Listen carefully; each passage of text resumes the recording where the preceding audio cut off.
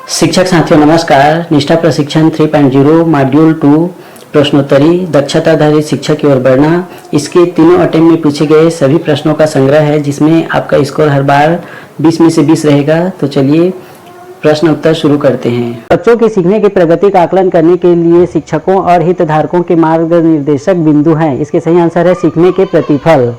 अगला प्रश्न है, रचनावादी पद्धति में शिक्षक को खाली स्थान के रूप में देखा जाता है। इसका सही आंसर है सुगमकर्ता। अगला प्रश्न है, FLN फ्रेमवर्क में दक्षताएं और सीखने के प्रतिफल प्राप्त किए गए हैं। इसका सही आंसर है विकासात्मक लक्ष्यों से। अगला प्रश्न है, भोजन में प्रोटीन, फैट और कार्बोहाइड्रेट प्रदान करते हैं। इसका सही आंसर है स्थूल पोषक तत्व। अगला प्रश्न है, दक्षता मॉडल में शिक्षण की विद्यार्थी के खाली स्थान से मिलान करने के लिए योजना बनाई जाती है। इसका सही आंसर है विकासात्मक तैयारी। अगला प्रश्न है, भावनाओं की अभिव्यक्ति और प्रबंधन तथा सकारात्मक और उपयोगी संबंध स्थापित करने की योग्यता और परिवेश को खोजने और संलग्न होने की योग्यता एक हिस्सा है। इसका सही आंसर है सामाजिक भावात्मक विकास।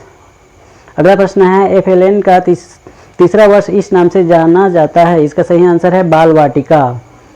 अगला प्रश्न है, सीखने के प्रतिफलों को होना चाहिए। इसका सही आंसर है अवलोकन करने और मापने योग्य। अगला प्रश्न है, जिस शिक्षण में बच्चों की सीखने की आवश्यकताओं को पूरा नहीं किया जाता और केवल पाठ्यक्रम को पूरा करने पर ध्यान केंद्रित किया जाता है, उसे कहा जाता है। इसका सही आंसर है गैर प्रतिक्रियात्मक शिक्षण। अगला प्रश्न है, बच्चों का अच्छा स्वास्थ्य और खुशहाली बनाना इस बात पर ध्यान केंद्रित नहीं करता है। इसका सही आंसर है भाषा और साक्षरता।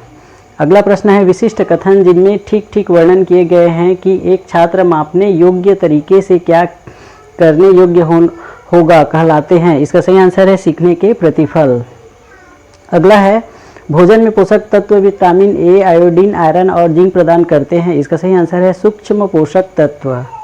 अगला प्रश्न है, कौन सा दक्षता आधारित शिक्षा का प्रतिफल नहीं है। इसका सही आंसर है छात्र वार्षिक परीक्षा में उच्च अंक प्राप्त करते हैं। अगला प्रश्न है, बच्चों को निःशुल्क और अनिवार्य शिक्षा का अधिकार। RTE एक्ट अधिनियम का उद्देश्य खाली स्थान आयु के बच्चों को निःशुल्क और अनिवार्य शिक्षा देना है। इसका सही आंसर है 6 से 14 वर्ष। अगला प्रश्न है, शिक्षक अधिकार अधिनियम 2009 के नियम 23(2) का संशोधन चिन्हित करता है कि खाली स्थान सभी राज्यों को कक्षावार, इसका सही आंसर है सभी राज्यों को कक्षावार विषयवार सीखने के प्रतिफल तैयार करने चाहिए। अगला है, कौन सा लक्ष्य FLN का नहीं है। इसका सही आंसर है बच्चे खेलों में भाग लेते हैं। अगला प्रश्न है, खाली स्थान के अंत तक बच्चे सीखने के ऐसे तरीकों के आदी हो जाते हैं जो जीवन पर्यंत चलता रहता है। इसका सही आंसर है कक्षा 3। अगला प्रश्न है, बच्चे बिना समझे सामान्य डिकोडिंग द्वारा यांत्रिक ढंग से पढ़ना सीखते हैं यदि उनका खाली स्थान सुनिश्चित न हो। मौखिक भाषा का आधार, यह इसका सही आंसर है। अगला है, प्रत्येक दक्षता को एक नंबर / कोडिंग खाली स्थान के लिए दिया गया है। इसका सही आंसर है सरल पहचान करना और संदर्भ। अंतिम प्रश्न है, दक्षता आधारित शिक्षा इस विचार पर आधारित है कि शिक्षार्थियों को अवधारणाओं और सिद्धांतों की गहरी समझ विकसित करने योग्य होना चाहिए ताकि, इसका सही आंसर है वे ज्ञान को वास्तविक जीवन की स्थितियों में हस्तांतरित प्रयोग कर सके। यह इसका सही आंसर। अगला प्रश्न है, गतिविधियां जैसे काटना, फाड़ना, चिपकाना, मोती पिरोना, पहेलियां जोड़ना, गीली मिट्टी, क्ले, बालू, पानी आदि से खेलने से होता है। इसका सही आंसर है सूक्ष्म मांसपेशियों का विकास। अगला प्रश्न है, पोषण देखभाल का घटक नहीं है। इसका सही आंसर है स्वयं सत्ता। अगला प्रश्न है, प्रारंभिक बाल्यावस्था सामाजिक और भावनात्मक कौशल जिन्हें खाली स्थान भी कहा जाता है सीखने के लिए विकास की महत्वपूर्ण अवधि है। इसका सही आंसर है मानसिक स्वास्थ्य। अगला प्रश्न है, खाली स्थान के अंत तक बच्चे सीखने के ऐसे तरीकों के आदी हो जाते हैं जो जीवन पर्यंत चलता रहता है। इसका सही आंसर है कक्षा 3। अगला प्रश्न है, दक्षता आधारित शिक्षा प्रणाली में आकलन का प्रयोग होता है। इसका सही आंसर है विद्यार्थी और शिक्षकों के लिए मार्ग निर्देशन साधन के रूप में। अगला प्रश्न है, कौन सा दक्षता आधारित शिक्षा का प्रतिफल नहीं है। इसका सही आंसर है छात्र वार्षिक परीक्षा में उच्च अंक प्राप्त करते हैं। अगला प्रश्न है, राष्ट्रीय शैक्षणिक अनुसंधान एवं प्रशिक्षण परिषद NCERT ने प्राथमिक स्तर में सीखने के प्रतिफल प्रत्येक कक्षा और विषय के लिए वर्ष खाली स्थान में विकसित किए हैं। इसका सही आंसर है 2017। अगला प्रश्न है, दक्षता मॉडल में शिक्षण की विद्यार्थियों के खाली स्थान से मिलान करने के लिए योजना बनाई जाती है। इसका सही आंसर है विकासात्मक तैयारी। अगला प्रश्न है गतिविधियां जिनमें भागना, दौड़ना, कूदना, संतुलन बनाना, साइकिल चलाना शामिल हैं खाली स्थान के लिए प्रदान की जानी चाहिए। इसका सही आंसर है बड़ी स्थूल मांसपेशियों के विकास। अगला प्रश्न है भावनाओं की अभिव्यक्ति और प्रबंधन तथा सकारात्मक और उपयोगी संबंध स्थापित करने की योग्यता और परिवेश को खोजने और संलग्न होने की योग्यता एक हिस्सा है। इसका सही आंसर है सामाजिक भावनात्मक विकास।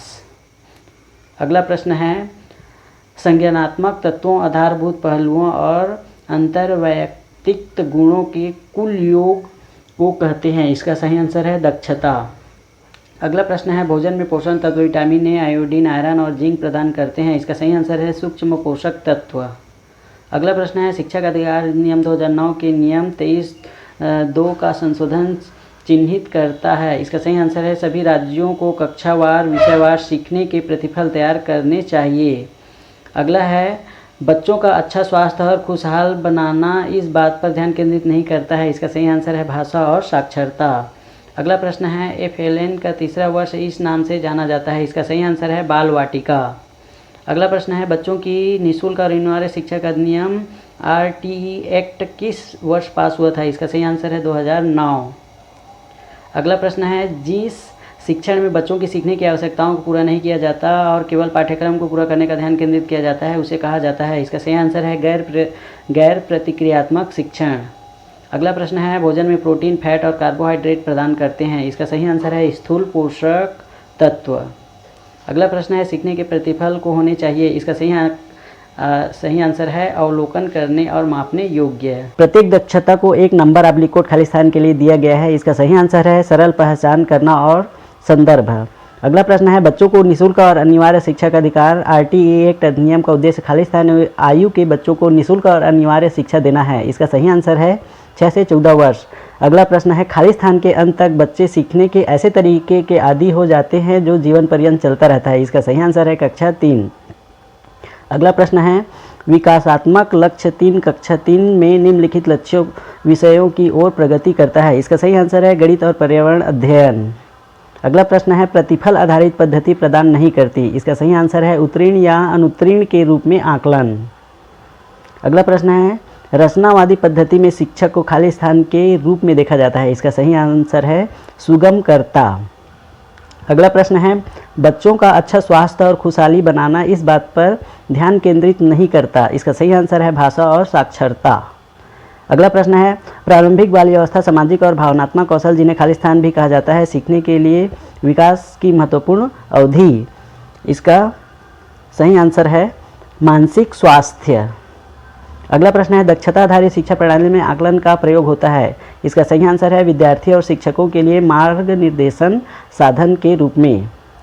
अगला प्रश्न है दक्षता आधारित शिक्षा इस विचार पर आधारित है कि शिक्षार्थियों को अवधारणाओं और सिद्धांतों की गहरी समझ विकसित करने योग्य हो जाना चाहिए। इसका सही आंसर है वे ज्ञान को वास्तविक जीवन की स्थितियों में हस्तांतरित आंतरिक प्रयोग कर सके।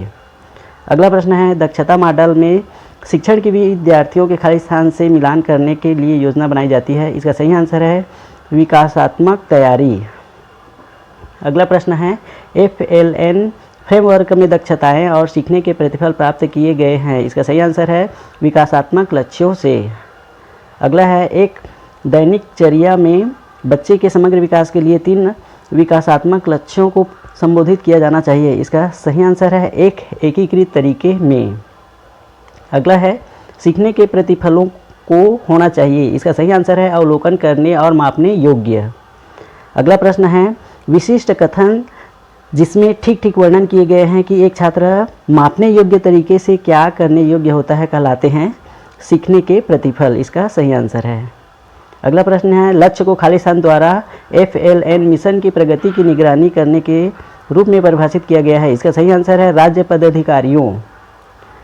अगला प्रश्न है संदर्भ के उपयुक्त ज्ञान कौशल और प्रवृत्तियों के मेल को इस रूप में परिभाषित करते हैं। इसका सही आंसर है दक्षता। अगला प्रश्न है बुनियादी साक्षरता और संख्या ज्ञान की रूपरेखा को विभाजित किया गया है। इसका सही आंसर है 3 विकासात्मक लक्ष्यों में। अगला प्रश्न है राष्ट्रीय शैक्षणिक अनुसंधान एवं प्रशिक्षण परिषद NCERT ने प्राथमिक स्तर के सीखने के प्रतिफल प्रत्येक कक्षा और विषय के लिए वर्ष खाली स्थान में विकसित किए हैं। इसका सही आंसर है 2017। अंतिम प्रश्न है, गैर प्रतिक्रियात्मक शिक्षण खाली स्थान पर ध्यान केंद्रित करता है। इसका सही आंसर है बच्चों के सीखने को सुनिश्चित किए बिना पाठ्यक्रम पूरा करने। यह इसका सही आंसर है। इस प्रकार आगे बढ़ते हैं हम। यहाँ पर हमने 20 में से 20 क्वेश्चन का अटेंड किया है। अब इसको सबमिट करते हैं और अपना स्कोर देखते हैं। तो चलिए हम इसको सबमिट कर देते हैं। यहाँ पर देखिए, जैसे हमने सबमिट किया हमारा स्कोर 20 में से 20 है। अगर वीडियो अच्छी लगी हो तो वीडियो को लाइक कर दीजिए, चैनल को सब्सक्राइब कर दीजिए, ताकि ऐसे ही नॉलेज भरे वीडियो आपको मिलता रहे। धन्यवाद।